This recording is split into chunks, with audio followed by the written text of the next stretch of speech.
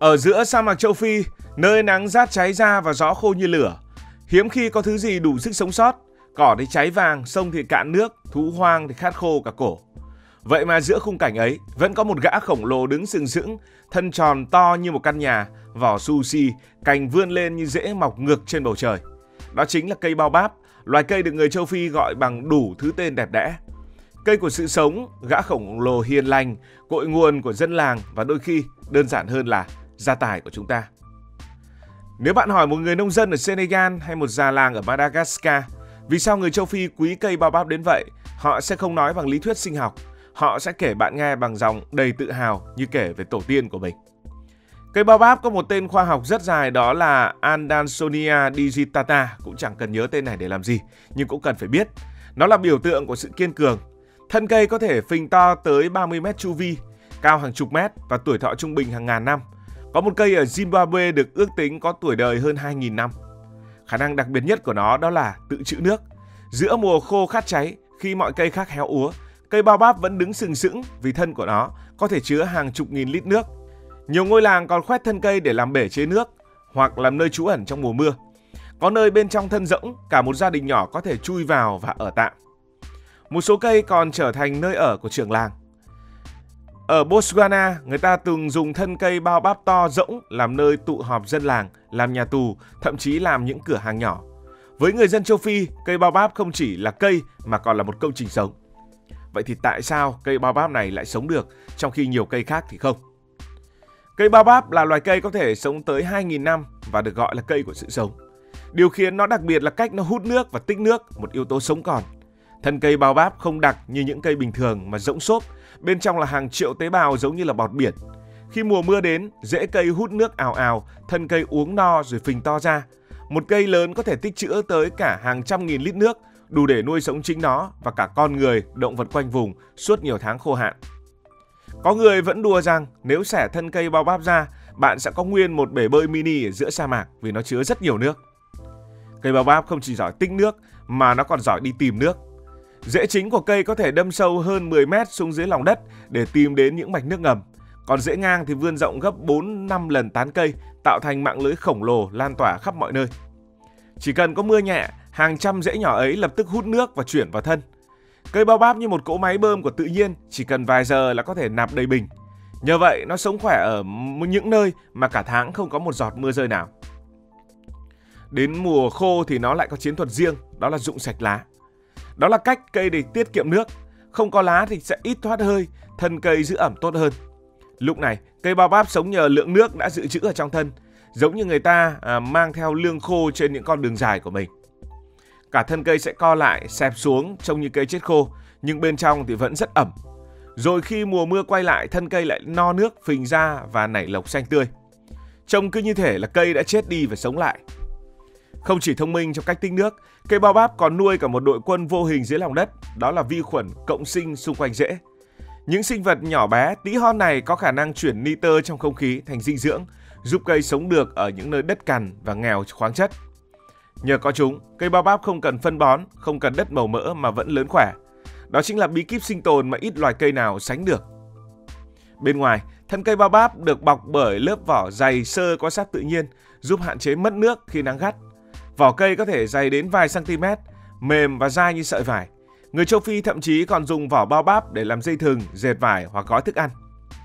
Đặc biệt, thân cây có khả năng co giãn, khi hút đầy thì phình ra, khô thì co lại, nên cả cây có thể co giảm tới 30% thể tích mà không chết. Baobab là loài cây hội tụ đủ mọi bí quyết sinh tồn mà thiên nhiên ban tặng. Thân tích trữ nước, dễ hút sâu, lá rụng để mà tiết kiệm việc thoát nước, vỏ dày chống nắng và là bạn đồng hành là vi khuẩn. Trong thế giới khô hạn, nó là biểu tượng của sự sống, của sự bền bỉ và thông minh. Thế nên người ta vẫn nói với nhau tại châu Phi, khi các vị thần tạo ra thế giới, họ đã trồng cây Baobab đầu tiên và trồng ngược cây Baobab. Nhưng lý do lớn nhất khiến cây Baobab được coi là gia tài chính vì nó nuôi sống con người. Quả Baobab khô, bên trong có ruột trắng xốp như là bột, vị chua nhẹ. Khi đem nghiền ra, người châu Phi trộn vào nước, sữa hay là cháo và nó trở thành một thức uống và thực phẩm giàu dinh dưỡng nhất ở vùng này. Các nghiên cứu cho thấy một lạng ruột quả Baobab chứa lượng vitamin C gấp 10 lần cam, giàu canxi, kali và chất chống oxy hóa. Ở châu Âu và Mỹ, bột baobab bây giờ đã trở thành một loại siêu thực phẩm được bán trong các cửa hàng hữu cơ. Nhưng với người châu Phi, nó là thứ mà họ đã ăn từ hàng nghìn năm nay để chống đói vào mùa khô. Không chỉ có quả, lá non của baobab cũng được hái làm rau, hạt được ép lấy dầu hoặc rang ăn như là ăn lạc. Còn vỏ cây được dùng để bện dây thừng, làm rổ, thậm chí là làm vải thô. Một cây baobab khỏe mạnh có thể nuôi sống cả một ngôi làng, từ ăn, uống, chỗ trú ẩn, tất cả đều được lấy từ nó. Ở nhiều vùng châu Phi, người ta không có quảng trường hay là hội trường, tất nhiên rồi, và tất cả những buổi họp của làng, lễ cưới, lễ cầu mưa đều diễn ra dưới tán baobab. Dưới bóng cây ấy, trẻ con chơi đùa, người lớn bàn chuyện, người già cũng kể chuyện, và những câu chuyện ấy về thần linh, về anh hùng, về tổ tiên được truyền qua bao thế kỷ. Cây baobab vì thế trở thành trung tâm tinh thần của cả một ngôi làng. Thế nên người Ghana mới có câu tục ngữ, trĩ khôn của làng nằm dưới cây baobab, có nghĩa là ai muốn học hỏi phải đến đó mà nghe chuyện. Ở Mali, người ta còn gọi cây baobab là cây của lời nói vì mọi cuộc thương lượng, hôn sự, xử án đều diễn ra dưới gốc cây ấy. Thậm chí khi ai đó qua đời, người ta tin rằng linh hồn của họ sẽ bay về cư trú trong thân cây baobab vì đó là nơi yên nghỉ của tổ tiên.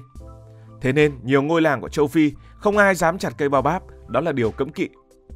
Cây baobab vẫn đứng ở đó qua bao đời, qua chiến tranh, qua hạn hán, qua thuộc địa và tự do, nó chứng kiến tất cả. Thế nên trong lòng người dân, cây baobab không chỉ là nguồn sống mà là ký ức trong cả cộng đồng.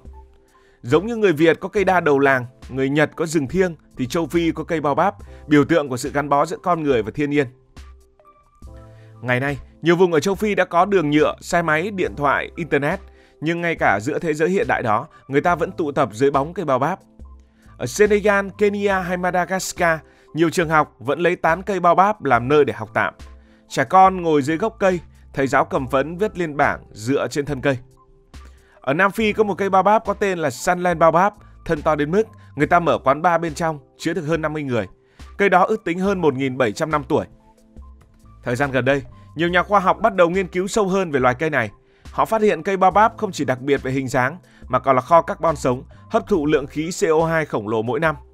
Vì thân cây mềm và giữ nước, nó ổn định khí hậu địa phương, giữ ẩm cho đất và là nơi trú ngụ của hàng trăm loài chim, dơi, ong và côn trùng. Nói cách khác, cây baobab chính là hệ sinh thái mini, một ngôi nhà khổng lồ cho thiên nhiên giữa nơi khô hạn nhất thế giới. Không lạ gì khi nhiều quốc gia châu Phi đã công nhận baobab là di sản thiên nhiên quốc gia và các tổ chức quốc tế gọi nó là cây của nhân loại. Dù kiên cường đến đâu, cây baobab cũng không thể chống lại biến đổi khí hậu. Trong 20 năm qua, nhiều cây baobab cổ thụ hàng nghìn năm ở châu Phi đã đổ gục. Các nhà khoa học cho rằng nguyên nhân chính là nhiệt độ tăng quá nhanh và đất khô hạn kéo dài. Nếu một ngày bạn đến châu Phi và nhìn thấy cây baobab, đừng chỉ nhìn nó như một cảnh đẹp để chụp hình. Hãy dừng lại một chút, hãy nghĩ đến hàng ngàn năm trước, cũng dưới bóng cây này, đã có bao nhiêu người từng trú mưa, bao nhiêu đứa trẻ từng chơi đùa, bao nhiêu câu chuyện từng được kể, bao nhiêu người từng tìm thấy sự sống khi tưởng như chẳng còn gì.